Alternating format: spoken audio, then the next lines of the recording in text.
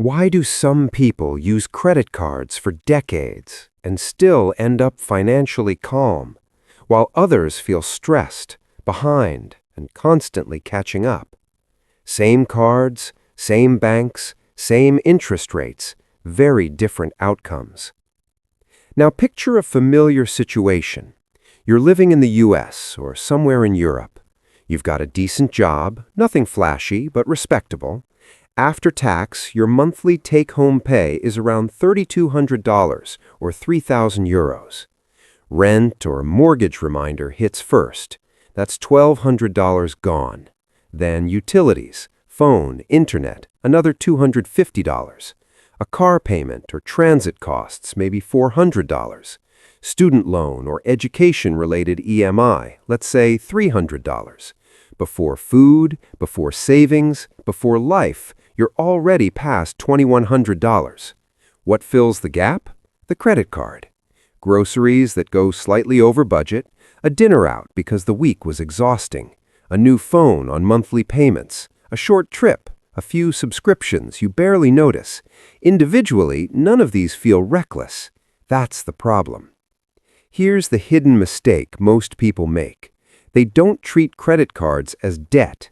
They treat them as income smoothing tools, a way to make life feel stable month to month. Let's look at simple math. You carry a balance of $5,000 on a card at around 20% interest.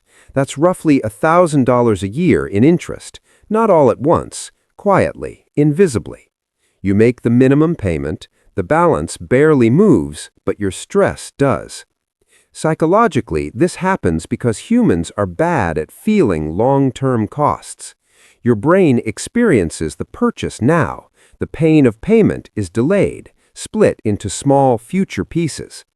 A $1,200 phone doesn't feel like $1,200. It feels like $50 a month. A $3,000 vacation doesn't feel like debt. It feels like, I'll handle it later. Credit cards don't force discipline. They require it, and most people were never taught how to build that muscle. Over time, something subtle happens. Your salary goes up, but so does your lifestyle.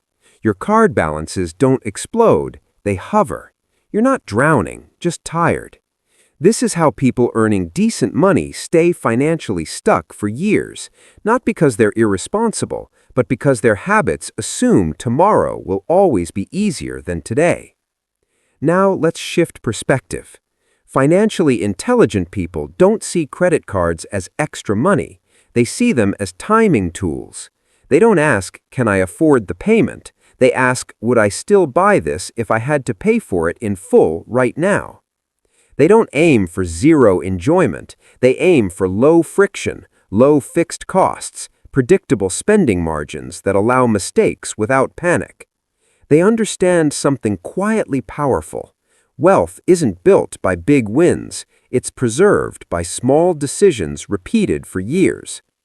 The real danger isn't the credit card. It's the habit of using future income to solve present discomfort. If that habit goes unchecked, the long-term impact isn't bankruptcy. It's stagnation, delayed investing, delayed freedom, delayed peace of mind. And here's the calm truth. You don't need to hate credit cards. You don't need extreme rules. You don't need guilt. You just need clarity.